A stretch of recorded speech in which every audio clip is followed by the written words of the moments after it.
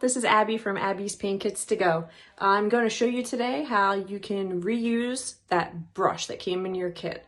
It's very easy, just make sure you take care of it. So let's get started. Okay, you're going to turn on your water to lukewarm. And then you're going to just rinse off your extra paint and start using your hand in a downward motion.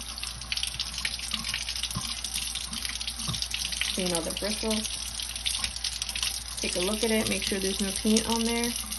There is, one more time. And then just kind of get the excess water off. Grab a paper towel.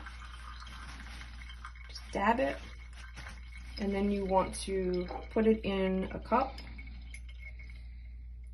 facing up. You never want to put it down, because what will happen is all your bristles will start to bend, and then when you want to use it again, it will be ruined. So you want to go back and put it up and then just let it dry.